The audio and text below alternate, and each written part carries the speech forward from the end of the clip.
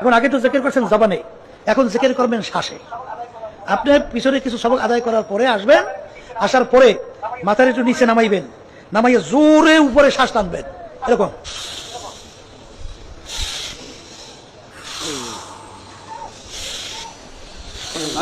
আমার তো সম্ভব হচ্ছে না। এটা হলো কি জিকির জানেন?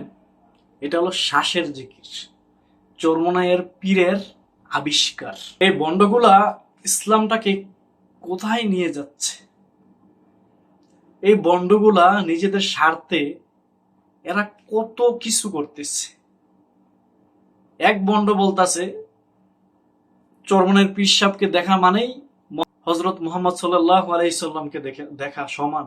রেজাউল করিম চরমনার হুজুরের দেখছো নি কাহা, তাহলে তারে দেখা নবীরে দেখা তো ইয়া যা।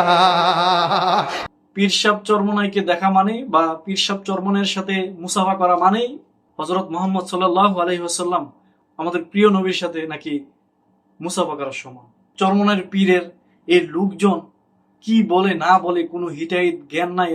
এরা এদের পীরকে আমাদের নবীর সাথে তুলনা করে ফেলছে। কত বড় মূর্খ, কত বড় জাহেল।